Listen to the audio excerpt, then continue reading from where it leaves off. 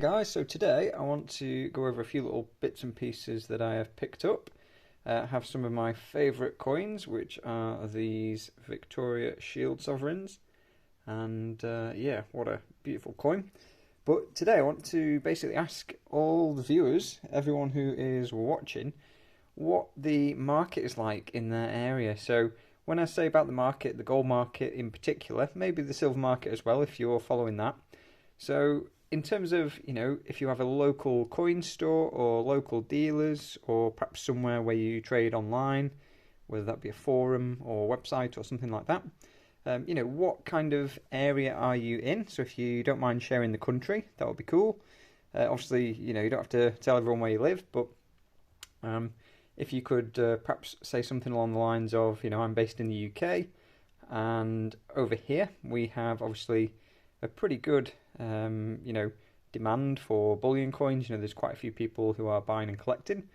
There isn't that many local coin stores, but we do have, some smaller dealers along with the big online main dealers. So, you've got, for example, Bullion by Post, Atkinson's, Hat and Garden Metals, and various other ones that, are similar standard. And then you've got obviously private sellers who are, like us, collectors, and some are just, buying things, collecting things. Maybe after a bit of time they are flipping them on just to, a new person, or maybe they just get a bit bored and want to collect, something else.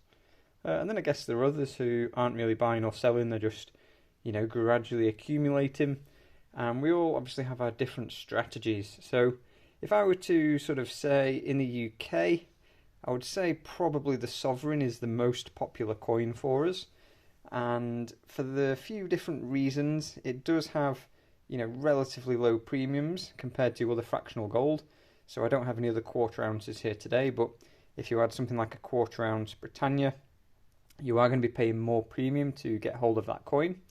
And in the UK, it is an advantage for us to have things like the Sovereign, the Britannia, things that have a face value in pounds, because for us those are capital gains tax exempt.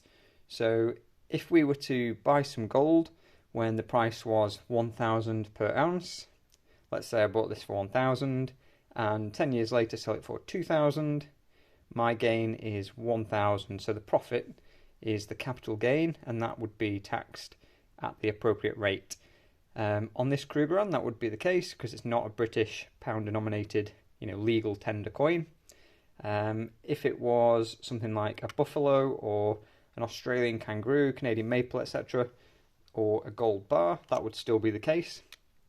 But if it is a Sovereign or a Britannia, something along those lines, then we would be obviously exempt from the capital gains at the current rules. So the rules are changing. Mainly the main change is the amount, the allowance. So we do have an allowance which is rather small. So if I did make profit on Krugerrands or bars, I could obviously have some of those gains tax-free, but that amount is reducing, which I figure is a sign of things to come, taxes higher and higher and so on. So yeah, those are a couple of my latest pickups. Actually, sorry, this one is not the latest pickup. I did pick up another Krugerrand, but it's not that one actually. It is 1984. So anyway, I've shown you the wrong one, but the other one is in the vault, so I can't show you that one. I picked the wrong one up. And yeah, a couple of nice little Sovereigns. I do like the Gold Sovereign, it's one of my favourites. But yeah, so if you let me know in the comments what your sort of local market is like. In terms of buying new from dealers, you can often get good prices on just basic bullion Sovereigns. Most dealers will sell the shields for more. Tudor beasts, things like that, when they are released, the prices, the premiums are not that, crazy, not too bad. But if you're trying to backdate sets and things like that, then yeah, you are going to be paying, a bit more of a premium on things like that. So this tube is well and truly full. There is 31 coins in here, and the lid does just about close, but only just.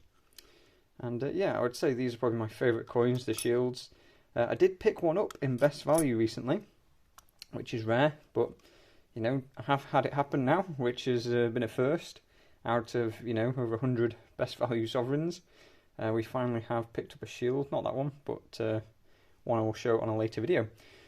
So yeah, let me know what it's like in your area, guys. Interested to hear. And yeah, in terms of silver, if we were buying, you know, your basic Britannias, Bullion, even silver bars, the premiums are pretty keen, you know, in a bad way for if you're buying.